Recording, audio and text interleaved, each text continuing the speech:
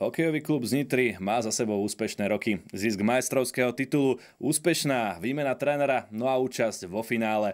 Pri tom všetkom bol aj dlhoročný prezident Miro Kováčik, ktorého vítame u nás v štúdiu. Miro, ahoj. Ahoj. Miro, tak vo funkcii prezidenta už takmer 11 rokov. Ako sa zrodil možno celý ten nápad ísť do funkcie prezidenta klubu? Bol som oslovený súčasným športovým riaditeľom Robom Panisom, či by som si takéto niečo vedel predstaviť, a tým, že sa mi stalo zranenie, ktoré už bolo nezlučiteľné s kariérou, tak postupne cez prechod na asistentskej stoličke, kde som strávil pol roka s trénerom Staviaňom, som sa presunul na pozíciu manažerskú a udialo sa tedy viacej zmien. Bývalé vedenie končilo a v podstate ja som aj s Robom Panisom oslovil Tomáša Chrenka, aby sme išli do toho takto spolu, a spolu so štvrtým spolumajiteľom Marekom Ďurovkinom sme teda založili aj novú spoločnosť, ktorá prebrala na seba záväzky, ktoré sme mali z minulosti, a začali sme ako keby odznova. Ja len prezradím našim divákom, že počas tohto rozhovoru si prejdeme tou históriou Nitry. No a na záver tu máme aj zo pár diváckych otázok, ktoré nám posielali fanúšikovia. Miro, keď sa vrátime k tvojmu začiatku vo funkcii prezidenta, dakedy bola Nitra známa ako klub, ktorý má problémy pri vyplácaní výplat, no ale v posledných 10 rokoch sa to zmenilo a rázom je Nitra klub, ktorý vždy mierí na titul. Čo sa udialo? A boli aj predtým roky, keď Nitra mierila na titul, ešte aj keď som hrali sme finále s Košicami, ale áno, ja si myslím, že je dobré, že nielen v Nitre, ale celkovo na Slovensku sa to začalo zlepšovať a platobná disciplína klubov bola teda podstatne lepšia, ako to dajme tomu bolo pred nejakými 20-25 rokmi.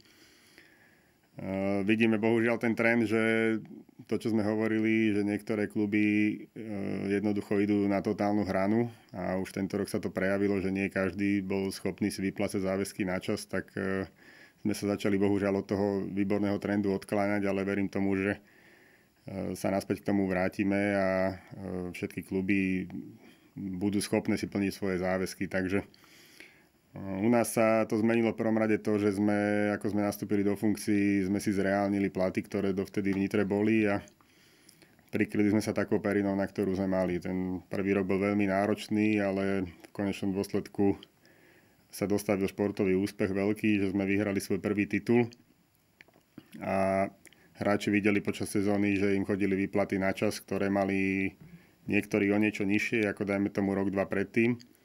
Ale v konečnom dôsledku boli spokojní, pretože to, čo sme im slúbili pred sezónou, tak všetko bolo dodržané.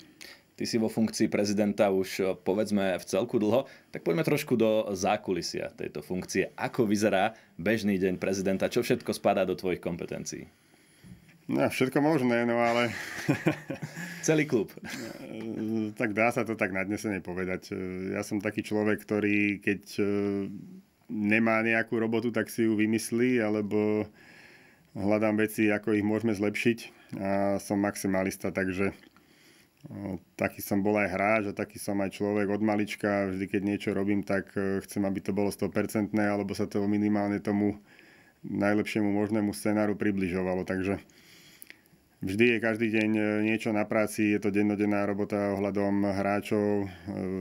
V prvom rade treba mať klub zabezpečený finančne, aby sme vedeli si vyrovnať záväzky v daný deň, v daný mesiac. A toto je prakticky to najväčšie gro. Zohnať tie finančné prostriedky, byť v kontakte s partnermi. Všetko možné, naozaj.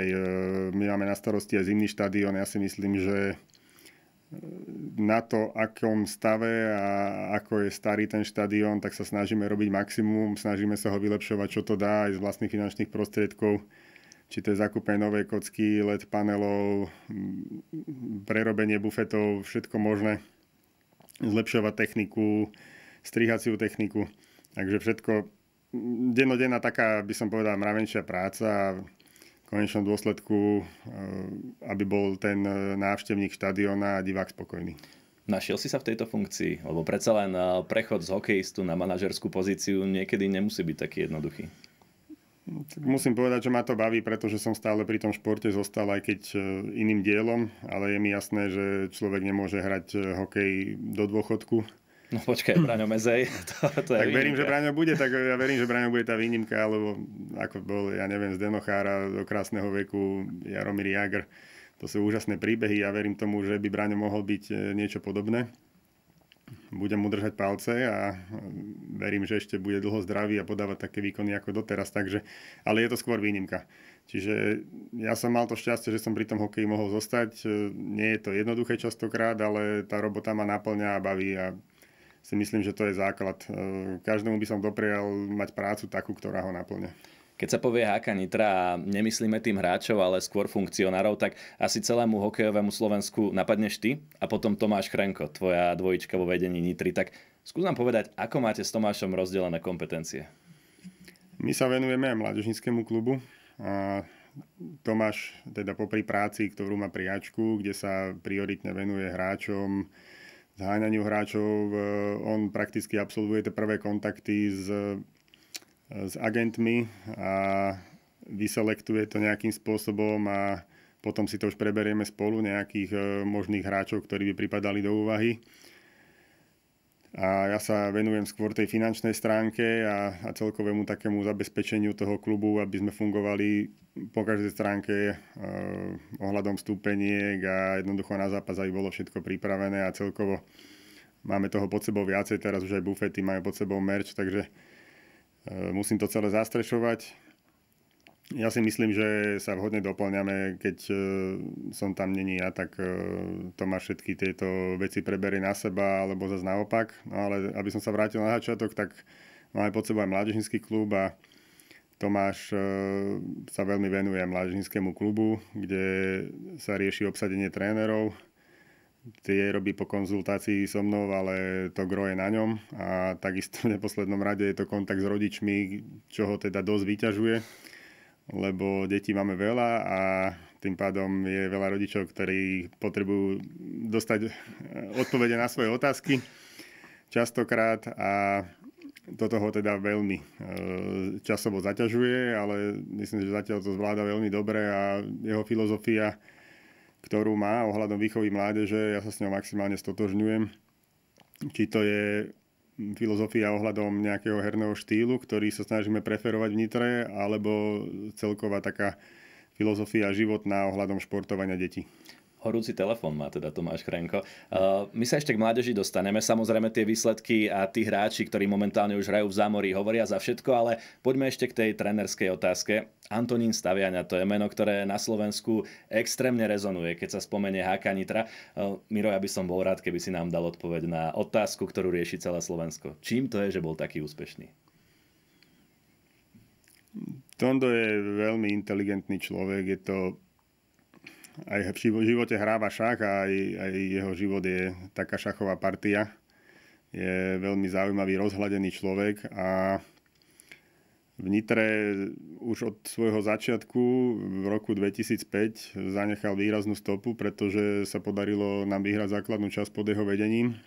Bohužiaľ nejak vtedajším vedením sa nepohodol v play-off a v tom čase bol odvolaný, čo nebolo veľmi šťastné, ale neskôr bol to do okolností môj svokor, ktorý ho odvolal z tej funkcie, ale si myslím, že neskôr si tú chybu priznal a aj to, že sa mu ho podarilo dotiahnuť znovu naspäť do Nitry. Aj Tondo ukázal, že nezaneveril na Nitru ani po takomto kroku a strávil potom veľmi pekné sezóny v Nitre a znova úspešné.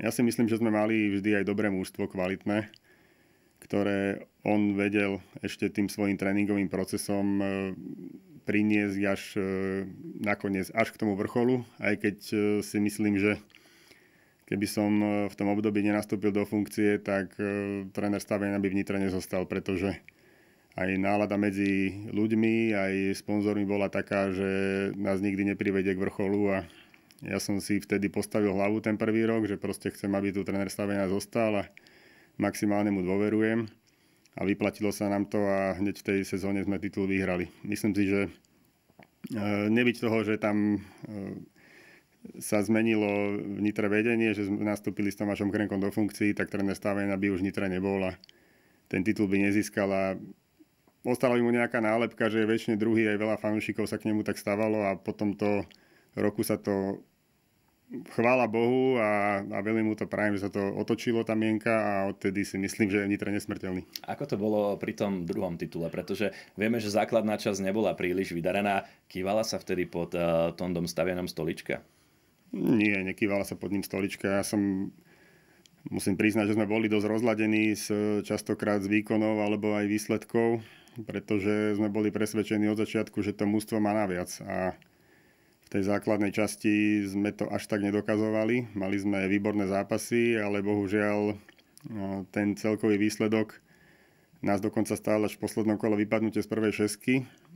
A dnes sa na to pozeráme už s úsmevom, že to bol jeden krásny príbeh a o toto bolo zaujímavejšie, takže prepísali sme históriu a asi to tak všetko malo byť, ale ten káder už vtedy na začiatku sezóny podľa nás Tomášom bol veľmi kvalitný a jednoducho to umiestnenie v základnej časti neodzrkadľovalo jeho možnosti a to sa v play-off ukázalo, ale tréner Staviania mal absolútne pevnú pozíciu, vôbec sme na tým nepremýšľali, že by sme ho mali v tej sezóne meniť. Tak toľko teda pohľadom minulosti, ale poďme do budúcnosti. Čaká nás nová sezóna s novým formátom Extraligy. Priamy zostup, respektíve priamy postup končí, prichádza baráž. Miro, ako ty vnímaš túto zmenu? Ja ju vnímam pozitívne, pretože nikdy sme neboli a myslím, že drvivá väčšina extraligových klubov, možno okrem Slovana Bratislave s jeho vtedajším vedením, bola za priamy postup zostup, ale ostatné kluby jednoducho už aj tým, že tí funkcionári boli častokrát skúsenejší ako vtedajší funkcionári Slovana a vedeli v minulosti, čo to spôsobilo, tak sa tomu chceli vyhnúť. Bohužiaľ sa to udialo, dnes už je to chvála Bohu minulosť a vrátili sme sa teda aspoň k baráži.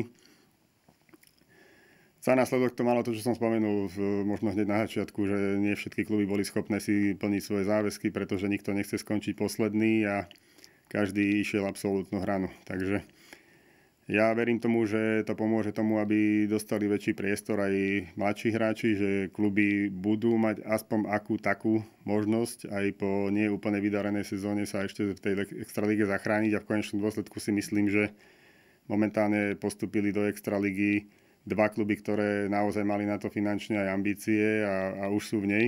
Tak myslím, že tá priepas sa ešte prehlbila, ale uvidíme všetko. V konečnom dôsledku prvoligové týmy nie sú ukrátené o tú možnosť postúpiť do extraligy a tak ako sa to podarilo Novým Zámkom cez baráž, tak sa to môže podariť aj iným. Takže myslím si, že je to krok vpred v tomto. Spomenul si slovíčko aspoň baráž. Bol by si teda za to, aby sa minimálne na 1 či 2 sezóny uzavrela naša najvyššia hokejová súťaž? Malo by to byť na dlhšie obdobie. Je to samozrejme na diskusiu, ale tak ako sme si to vyhodnotili, tak jednoducho chýba nám generácia hráčov takej strednej generácie 27-28 roční, ktorí by boli kvalitní, ale zostali na Slovensku, že nie sú to hráči takí, ktorí nám odídu po týchto jednej dobrej sezóne do zahraničia, a nemyslím iba NHL, ale takisto je to Česká extraliga, kde máme veľmi veľa hráčov a nám jednoducho tá generácia tu chýba. Budú nám hráči niektorí končiť, aj už aj končia s kariérami, či majú 36, 37, 38 rokov.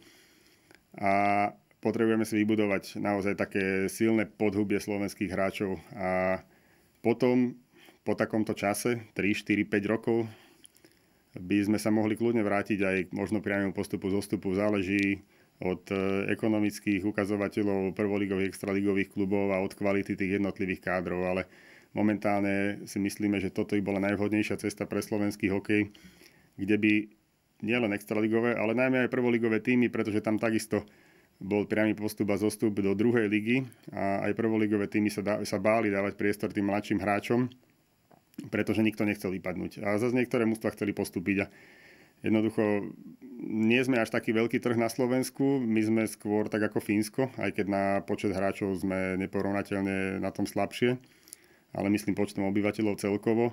A tam majú uzavretú najvyššiu súťaž a im to tam funguje a prvá liga alebo tá druhá v poradí funguje ako nejaká pomocná, nemám rád moc anglické slovíčka, ale development liga. Je to teraz dosť moderné, tak asi väčšina ľudí už toto slovíčko pozná. Čiže je to taká pomocná liga na to, aby tí hráči sa dostali neskôr do extraligy. Nie každý môže naskočiť tak ako, ja neviem, teraz Tomáš Chrenko, Adam Nemec, do extraligy a väčšina tých hráčov si musí tú prvú ligu prejsť. Možno teraz vidíme, vo Zvolene sa dobre ukazuje Šramaty, ktorý hrával u nás v juniorku, kde bol dobrý hráč v juniorke, ale jednoducho ten prechod do Ačka nemal taký plynulý a teraz po nejakom období v tej prvej lige sa mu to začína vracať. A takýchto hráčov potrebujeme ale viac.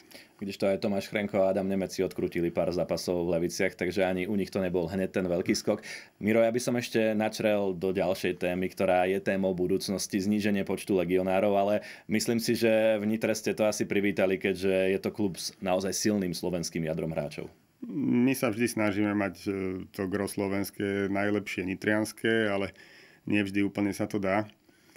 A v podstate aj v minulosti, keď sme hrávali, 9-8 rokov nazad v finále proti Banskej Bystrici, tak my sme si sami obmedzovali počet legionárov, my sme nikdy nemali 13 a podobné počty. Takže snažili sme sa už vtedy dávať priestor slovenským hráčom a takto chceme robiť naďalej. My sme sa nebránili nejakému zníženiu počtu. Nemyslím si, že je to absolútna nutnosť sa úplne obmedzovať. Zas na druhej strane vieme si predstaviť možno, že ten konečný počet bude 5, ale ďalej by som to už neznižoval. Treba nechať aj klubom priestor na to, aby mali tú možnosť. Zas nie je to zlé. Legionári vedia priniesť či už kvalitu, alebo niečo iné proste, čo slovenskí hráči nemajú. A zas môžu sa od nich učiť. Takže myslím si, že vieme sa dostať ešte na počet, dajme tomu o jedno miesto nižší, ale netreba si zase úplne predtým zatvárať dvere. Keď si pozrete nejaký svetový trend, ten svet sa maximálne globalizuje a v NHL nikoho nezaujíma, že či ste Kanaďan alebo Američan, jednoducho kto je najlepší, ten hrá a takisto, v anglickej lige futbalovej tých reprezentantov anglických v tých najlepších kluboch teda je veľmi poskromne a nemyslím si, že sa tým nejako oni zaoberajú. Klamal by som, že neštudujem to tak detálne, ale jednoducho tie kluby majú väčšinu hráčov zahraničných. Áno, väčšinou to býva 2-3 domáci hráči pri týchto veľkých futbalových kluboch. Bolo by možno cestou podľa teba aj v prípade legionárov, keď sú tu už povedzme 3-4 roky a viac, ich nerátať do toho počtu legionárov, aby sa vytvorili jednoducho nejaké klubové ikony, aby sa fanúšikovia mohli stotožniť aj s legionárom a naopak klub by to nezaťažovalo tým, že toto je legionár, keď tu už pôsobí povedzme 3-4 sezóny. My sa snažíme mať hráčov, tých legionárov tiež tak dlhšie, pokiaľ teda majú na to tú kvalitu a výkonnosť, aby presne si ľudia k nim vytvorili vzťah.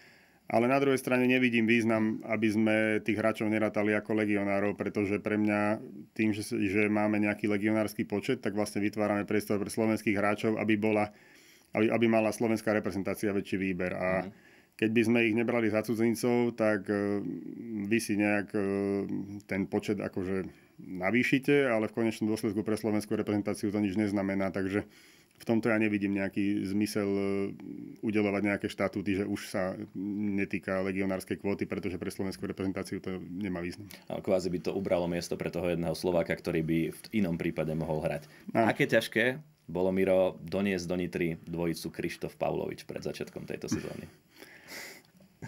Jednoduché to nebolo, ale sme radi, že sa u nás dobre cítili a pamätali si to, aj keď je to už nejaká doba, je to 7 rokov, či Maťo alebo Mišo, a som rád, že keď sa naskytla možnosť, aby sa vrátili na Slovensko, tak sme boli schopní sa s nimi dohodnúť. Je to nie len to, že sa u nás dobre cítili, ale je to vizitka aj klubu, že si takýchto dvoch hráčov môže dovoliť. Sú to stále hráči v ideálnom hokejovom veku a možno veľa fanúšikov zostalo aj prekvapených, že sa podarilo dotiahnuť oboch. Bol to taký tajný sen fanúšikov Nitry, aby prišiel aspoň jeden z nich na tú storočnicovú sezónu. Napokon sú tu obaja. Čo si od nich sľubuje vedenie klubu a možno aj tréner Andrej Kmeč? No veľa si od nich sľubujeme, samozrejme mali byť tými ťahuňmi a nosnými hráčmi. Verím, že to v sezóne potvrdia. Mišo už teraz vyzerá výborné. Myslím, že Maťo do toho bude musieť troška ešte naskočiť, ale stále je august. Tak ja mám preto pochopenie, nie každý hráč naskočí na začiatku prípravy a vyzerá tak, ako vyzerá v decembri alebo v play-off. Takže obidvaja sú výborní hokejisti a nebojím sa, pokiaľ budú zdraví, že by im to nemalo fungovať a nemali byť tými lídrami. Tak Miro, toto bola prvá polovica nášho podcastu. Tá druhá bude tvorená diváckymi otázkami, ktoré posielali fanúšikovia či už HK Nitra alebo Slovenskej extraligy na sociálne siete klubu HK Nitra. Môžeme začať teda prvou otázkou. Dokedy má Samo Buček platnú zmluvu a kedy ho uvidíme na ľade? Asi to budú také rýchlejšie otázky s kratšími odpovediami. Samo Buček podpisoval teraz pred sezónou novú zmluvu, takže má zmluvu ročnú. A kedy ho uvidíme na ľade? Na ľade by sme ho mali uvidieť podľa predpokladov v novembri a keď nejak by išlo všetko super, tak možno o niečo skôr. Ako na ľade by sme ho uvideli, myslím, že by sme ho mali vidieť skôr, ale iba v tréningovom zaťažení a bude záležať na ňom, ale ten predpokladaný návrat je november. Ideme aj trošku do marketingu. Pripravuje Nitra špeciálne dresy pre storočnicovú sezónu? Áno, máme aj špeciálne logo storočnicové a takisto už sme predstavili, že sa vrátime alebo lepšie povedané, oživíme tie prvé dresy, ktoré v Nitre boli, ktoré myslím, že boli viac ako 10-15 rokov používané, kde bola dominanta iba veľké N. A my sa teraz aj pri príležitosti storočnice, ale nie len nej, s tým N-kom chceme potom aj ďalej pokračovať v ďalších sezónach. Bude to ako keby také alternatívne logo k nášmu gulatému logu HK Nitra, ktoré máme, tak ako majú niektoré kluby NHL. Ale ešte raz, storočnica bude na dresoch a takisto bude aj špeciálna sada N-kových dresov, dokonca môžem povedať, že budú až 2. Uvidíme ich už v prvom kole?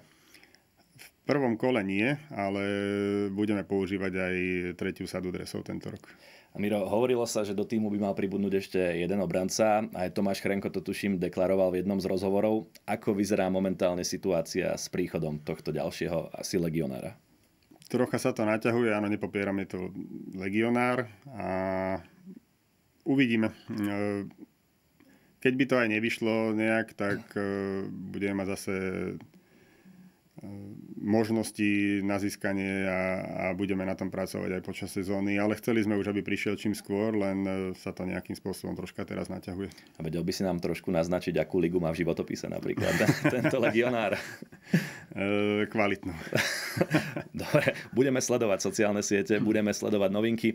Uvidíme ešte v nejakom zápase čierno-modré alternatívne dresy Nitry? Tie boli v príprave minulý rok a tento rok nemáme zatiaľ v portfóliu takúto sadu. Nevylučujem v budúcnosti, že opäť k nej príde, ale myslím si, že máme prichystané veľmi pekné dresy na sezónu. Je to nejakým spôsobom aj kontinuita, to, čo sme tu mávali, ale sú tam aj nejaké nové prvky a myslím si, že sú veľmi pekné, tak už sa teším na to, keď ich predstavíme ľuďom, verím, že sa budú páčiť. Keby sme sa ešte v krátkosti vrátili k tým novým hráčom, skús nám opísať, ako vyzerá taký ten proces získavania, povedzme, kvalitného legionára zo zámoria. Kto ho skautuje, kto ho sleduje a kto potom príde do toho prvého kontaktu a možno skús prezradiť, aký je ten časový horizont od prvého kontaktu s hráčom, o ktorého má Nitra záujem, až po podpis zmluvy. Toto je veľmi individuálne. Naozaj, že stáli sa nám už aj prípady, že sme sa dohodli prakticky v priebehu jedného týždňa, možno ešte skôr, ale sú aj prípady, keď sa to naťahuje naozaj dlhšiu dobu. Hlavne v tom predsúťažnom období je to náročné, pretože nebudeme si klamať, Slovenská liga nie je na výslne alebo na piedestále pre hráčov, ktorí sa rozhodnú ísť do Európy zo zámoria. V prvom rade sú pre nich ligy ako KHL, Švédska, Fínska liga, Nemecká, Švajčiarska, aj Česká ešte pred nami samozrejme. A potom, keď všetky tieto možnosti sa im minú, tak hľadajú iné alternatívy a nie je to ani o financiách častokrát, ale jednoducho takto to majú v poradí. Čiže tam ten proces môže trvať dlhšie. A čo sa týka scoutingu, tak prichádzajú nám rôzne ponuky od agentov alebo od agentúr. A tie prvotné zachytáva Tomáš Chrenko a následne to posúva na mňa a hráčov si pozeráme. Potom do toho prichádzajú aj tréneri, ktorým takisto posunieme hráča.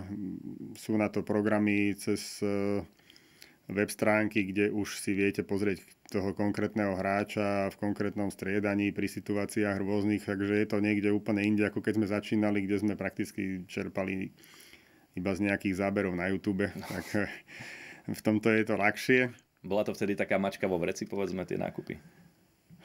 Tak snažili sme sa získavať samozrejme tedy referencie zo všetkých možných zdrojov, ale je to neporovnateľné s tým, ako si viete toho hráča teraz pozrieť na internete. Ale nie vždy, opäť, nemusí mu to sadnúť prostredie. Častokrát, keď ide prvýkrát zo Severnej Ameriky, tak jednoducho je to tam iné, sú tam iné rozmery koziska, iný životný štýl, tak nemusí mu to prostredie tu sadnúť, napriek tomu, že tam sa výrazne presadzoval. No a keď úplne sa vrátim na ten začiatok tej otázky, fakt je to veľmi individuálne. V tom predsúťažnom období to trvá dlhšie a v sezóne niekedy je to zase také, že aj tí agenti si iba tak naťuknú a keď už sa rozhodnete, že áno, dobre, aj si ho pozriete častokrát, mohol by byť dobré a nakoniec vám povie, že viete čo, ale on nejde nakoniec ešte do Európy. Sa rozhodol, že ešte chce to skúsiť a chce preraziť AHL, NHL. Tak častokrát vlastne ten scouting vyjde ako keby na zmar, ale aspoň zase máte väčší prehľad a keď sa rozhodne o rok ten hráč, tak už ho máte troška v mysli. A stalo sa ti niekedy v minulosti, že tie jednania trvali naozaj extrémne dlho? Spomínaš na taký prípad a mohol by si aj konkretizovať? Áno. Nebudem asi ani nejak popierať, že sme boli v kontakte s Jelušom, ktorý skončil v Košiciach a tam sa to veľmi naťahovalo. Ja som ostal na konci troška nejaký, by som povedal, aj sklamaný z toho, že v tom konečnom dôsledku sa nám hráč odmlčal a... Hovoríme o mesiacoch? Toto trvalo nejaké 2,5 mesiaca od toho prvotného kontaktu a dokonca by som povedal, že to bolo viac ako roky, lebo Tomáš Chrenko bol v kontakte už dlhšie. Ale jednoducho tak stávajú sa aj takéto veci a nie len on, ale ja neviem, aj brankár Ferguson, čo k nám prišiel, tak prvotný kontakt bol, tam sme si povedali, že no tak na toto nemáme. Potom sa to nejakým spôsobom odmlčalo, neriešili sme ho, riešili sme iných brankárov a o nejakých 7 týždňov už tá suma bola iná, kde to bolo v našich možnostiach sa s ním dohodnúť. Takže je to rôzne fakt naozaj, že niekedy sa stane, že sa dohodnete rýchlo. Ja neviem, napríklad s Osbornom sme sa dosť rýchlo dohodli. Aj na podmienkach, aj ten kontrakt bol rýchlo podpísaný. Takže individuálne veľmi. Hovoril si o sumách, tak ja by som sa ťa chcel opýtať, vo funkcii si už veľmi dlho, máš nejakého hráča za tie roky, na ktorého si spomínaš, že toto bola najlepšia kúpa v pomere cena výkon? Myslím si, že Judd Blackwater a David Laliberte v tých začiatkoch to boli naozaj že vynikajúci hráči a pre nás dohodnutí za vynikajúcich podmienok. To dnes by to mali asi mesačne to, čo mali vtedy za celú sezónu. A potvrdzuje aj toto rastúci trend kvality našej extraligy, že nerastie len tá finančná stránka, ale naozaj aj tá hokejová úroveň? Vyrovnala sa extraliga určite za tie posledné roky a tým, že už prakticky každý má tých legionárov, kdežto vtedy s tým začínala viac menej Banská Bystrica, ktorá priniesla prvých takýchto zámorských hráčov, aj kvalitných, aj keď myslím si, že na začiatku tam mali veľa takých hráčov, ktorí sem prišli iba divočiť. Ale ja si myslím, že my sme im zase ukázali, že sa dajú priniesť aj naozaj hokejisti, že nie len mlátiči. A potom ako sme priniesli takúto trojicu, Blackwater, Laliberte a Jamie Milem, tak aj do Banskej Bystrice už potom chodili naozaj že kvalitní hráči. Našli Majovnyho napríklad a ďalší kvalitní hráči. Faje a Selin, akože vynikajúci hokejisti naozaj a títo hokejisti, títo hráči dvíhajú tú úroveň. Tak hovorím aj preto, že ja by som sa zase úplne nebránil tým legionárom, pretože keď majú a vedia priniesť kvalitu, tak je to len dobré pre slovenských hráčov aj celkovo pre slovenský hokej. Nitra je známa tým, že má fantastických fanúšikov. No a jedného z divákov zaujíma, neviem, či je toto číslo vôbec verejne dostupné, aký má Nitra počet permanentkárov a či sa toto číslo rokmi exponenciálne zvyšuje. No, dostávame sa na čísla, lebo sme ich už prekonali, aké sme mali pred koronou. Tam treba povedať, že to bol obrovský zásah a aj ďalší rok potom, ani sa mi k tomu nechce nejako vrácať, ale vieme, ako to tedy všetko bolo. Nikto nevedel, čo sa bude diať, aké budú pravidlá, že 100 ľudí, 150, 200, každý týždeň to bolo inak. No, budeme radi, že to je za nami. Verím, že sa k tomu, že sa toho nejak nedožijeme, takýchto časov. Tak sa vraciame k tomu číslu. By som povedal teraz už v tejto sezóne aj minulej bolo prekonané a Úplne teraz ho nemám v hlave, my ešte stále permanentky predávame, ale už to je vyše 1000. Tak to je naozaj vynikajúce číslo. Možno pomohlo aj to, že Nitra sa rozhodla ísť inou marketingovou cestou. Vieme, že sa zmenilo vedenie marketingu. Tak bola aj toto ten signál voči fanúšikom, ktorý trošku pozdvihol ten vzťah ľudí v Nitre k tomu klubu? Ja si myslím, že v prvom rade sú tie úspechy. Samozrejme, ľahšie sa stotožňujete s niečím, čo je úspešné a kde sa viete potešiť. Zas na druhej strane, ale viem, že v Nitre máme veľmi silné podhubie fanúšikov, ktorí fandia za každých časov a za to som nesmierne vďačný a toto nám môžu tak najviac závidieť ostatné kluby a mesta na Slovensku. My sme mali ako dosť plný štadión, aj keď sa nám teda výrazne nedarilo a tam sme cítili tú podporu tých fanúšikov a aj kvôli tomu sme jednoducho to museli dať za každú cenu a zachrániť sa v lige a veľmi nám v tom fanúšikovia pomohli. Takže toto si tak ja najviac vážim a cením a pre nich ten hokej v konečnom dôsledku sa robí.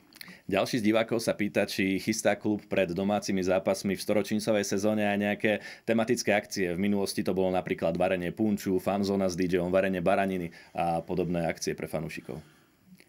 No je možné, že takéto akcie budú. Nehovorím, že budú úplne na pravidelnej báze. Vtedy sme to robili pred každým zápasom. A budú nárazové akcie, áno. A niečo chystáme pred sezónou, niečo chystáme počas nej. Taký môžem prezradiť, že by to mal byť taký gala večer. Toto asi si prvý, komu to teraz prezrádzam. A už to budú mala by to byť taká, áno, však mala by to byť taká spomienka na to storočné obdobie a pripomenutie si tých krásnych chvíľ aj ľudí, ktorí za tých 100 rokov tam dali kus seba do toho nitrianskeho hokeja nášho a malo by to byť také verejné pre partnerov aj pre ľudí. Takže budeme o tých krokoch informovať. A počas všetkých zápasov prakticky si chceme pripomínať, chceme zvolať hráčov, ktorí dosiahli úspech či v sezóne 2005 alebo potom prvý titul. A všetko si myslím, že budeme včas dávať na siete a verím tomu, že ľudia si nájdu hlavne cestu na štadión. To je pre nás najpodstatnejšie, aby na ten štadión chodili, lebo je fajn mať veľa sledovateľov a dnes viem, že to je veľký trend pre mladých, mať stále mobil v ruke, ale v konečnom dôsledku ten najväčší zážitok sa deje na tribúnach a preto tam tí ľudia chodia, aby niečo zažili. Tak keď si len ťukneme na sociálne siete, tak Nitra má 25 000 sledovateľov, čo je fantastické číslo na jednej z tých sociálnych sietí. No, keby bolo toľko ľudí na štadióne, asi by si bol spokojný, Miro. Určite áno, a taký štadión ani není veľký. Myslím, že teraz sa bude stavať najväčší nejakých 22 500. Ale samozrejme, ako som povedal, my potrebujeme tých ľudí hlavne dostať na štadión. Je fajn, že máte lajky a možno sa to dá využiť aj teda v rámci reklamy, že je to pre partnerov zaujímavé, ale najzaujímavejší je stále ten produkt, ktorý sa deje na ľade a to je nenahraditeľné. Jednoducho ten virtuálny svet dnes je veľmi silný okolo nás a ja si myslím, že ten šport je práve ten fenomén, ktorý nevie tá sociálna sieť nahradiť. Jednoducho ten zážitok na tom štadióne, či to je, ja neviem, náš hokejový zápas u nás v Extralíge, alebo nejaký iný, hoci kde futbalový. Proste akýkoľvek šport je jedinečný v tej danej chvíli a to si treba užívať a nielen mobil mať v ruke, ale jednoducho zažiť si to. A to sú tie najkrajšie chvíle, na to budú ľudia spomínať. Áno, je to jednoducho vášeň pre šport, ktorá spája ľudí. Miro, ty si v predchádzajúcej odpovedi viackrát povedal jedno slovíčko, štadión. Tak poďme sa povenovať aj tejto téme. Radšej sa napí predtým. Ako to vyzerá momentálne v Nitre s novým štadiónom? Ty si, tuším, pred rokom spomínal, že by si bol rád, keby v najbližšom období bola nejaká tá prvá projekcia a dokumentácia, tak pohli sa tieto veci smerom dopredu? My sme od nášho nástupu začali sa pohrávať s touto myšlienkou a stretol som človeka, ktorý tie nejaké moje myšlienky zhmotnil aj do podoby a v konečnom dôsledku sme ako klub vynaložili na to nemalé peniaze, aby sme urobili takú prvotnú štúdiu. S ňou sme vyšli v Lani. Nebola úplne dopracovaná, nebolo to podľa mojich predstav a nebudem spomínať všetky okolnosti, ktoré proste sa stali, či už v nejakom osobnom rodinnom živote, toho človeka, čo teda hlavne za tým stál.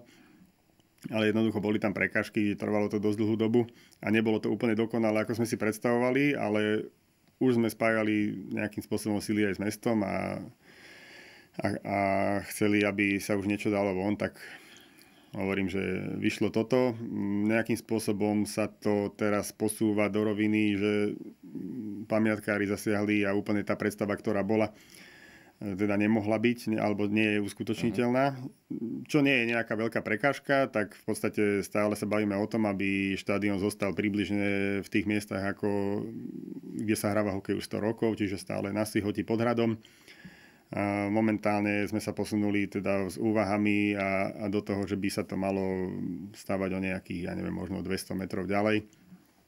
No ale tie procesy nie sú až také rýchle, ako by som si predstavoval a stále mi tam chýba taká väčšia akcelerácia. Jednoducho tam, kde sa nachádzame teraz, tak stále sme len pred tým, že ešte len má byť vyhlásená súťaž a stále to bude iba štúdia a my potrebujeme skutočne že projektovú dokumentáciu, pretože štúdiu už máme my teraz hotovú, aj keď nie je to tá, ktorá by sa na konečnom dôsledku realizovala, ale štúdia nestačí, my potrebujeme projektovú dokumentáciu. To sú veľmi veľké peniaze, ja si to uvedomujem. Ja budem veľmi vďačný, keď tak je mestské zastupiteľstvo, keď zostane tak nastavené, ako je teraz, pozitívne k tomuto a bude musieť schváliť tie prostriedky na projektovú dokumentáciu. To sa bavíme o vyše 1 000 000 eur. Takže toto by bol obrovský posun, lenže bez toho naozaj potom sa nepohneme ďalej. Nemôžeme si pýtať peniaze na niečo, čo ešte nemáme na papieri. Asi trošku predbehnem, ale množstvo divákov sa na to pýtalo v otázkach. Čo hovoríš ty na kapacitu plánovaného štadióna? Aká by bola možno z tvojho osobného pohľadu ideálna kapacita pre hokejový štadión v Nitre, aby sa zaplňal do pekných čísel? No pre nás je to maximálne 6 000 a vieme to presne podľa čísel a počítame s tým, že nový štadión by mal o niečo vyššiu navštevovanosť, najmä v tých začiatkoch. Potom je na nás a samozrejme na všetkom tom okolo hokeja, aby sme čím najviac tých nových ľudí, ktorí by prišli na štadión pozrieť, si udržali. Ale tých 6 000 divákov pre tak veľké mesto, ako je Nitra, je absolútne postačujúce. Aj čo sa týka ďalších náväzností, pretože tá hala nie je len o hokeji, bude multifunkčná. Ale na tak veľké mesto, opakujem, sme síce krajské mesto, ale zase Nitra má nejakých do 80 000 obyvateľov. Tak 6-000 kapacita je postačujúca. A vidíme to nie len teda v rámci nás, ale aj keď sa pozrieme do Švédska, Fínska, tam takéto haly sa stavajú a nevidíme význam postaviť Nitre 12-15 tisícovú arénu. My by sme ju vypredali možno raz na finále, aj to je otázka. Možno, že by sa tam uskutočnili jedny majstrovstvá sveta o 30 rokov ďalšie a tá hala by bola 29 rokov nevyužitá, ktorá by mala o moc vyššie náklady. Takže my potrebujeme takúto halu, takisto aj kultúre.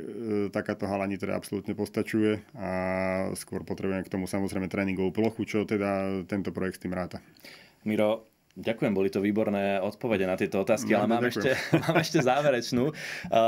Nie každý z či už manažerov alebo prezidentov rád odpovedá na túto otázku, tak som zvedavý, čo nám povieš ty teda. Aký je rozpočet Nitry, respektíve aký bol rozpočet Nitry v minulej sezóne a aký bude na novú sezónu? Vzrastol?